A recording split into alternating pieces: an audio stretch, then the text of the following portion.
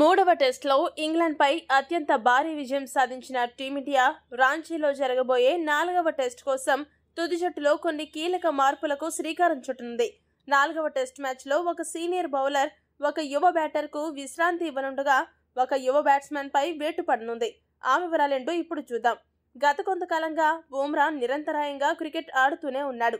ఇది అతడిపై పని భారాన్ని పెంచుతోంది. ఈ నేపథ్యంలో బుమ్రాకు 4వ టెస్ట్లో విశ్రాంతినివ్వాలని జట్టు యాజమాన్యం భావిస్తోంది.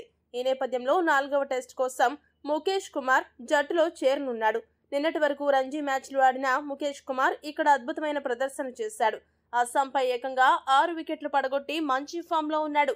టీమిండియా కనుక 4వ టెస్ట్లో విజయం సాధిస్తే 5వ టెస్ట్లో కూడా బుమ్రా విశ్రాంతి తీసుకుంటాడు. ఒకవేళ ఓటమి పాలైతే మాత్రం బుమ్రా 5వ టెస్టుకు జట్టులో చేరుతాడు. ఇక యువ batsmen, double century hero Jaiswal కూడా ఎడతెరిపిలేని క్రికెట్ ఆడుతున్నాడు. అతడికి కూడా 4వ టెస్ట్లో విశ్రాంతి ఇచ్చే అవకాశం ఉంది.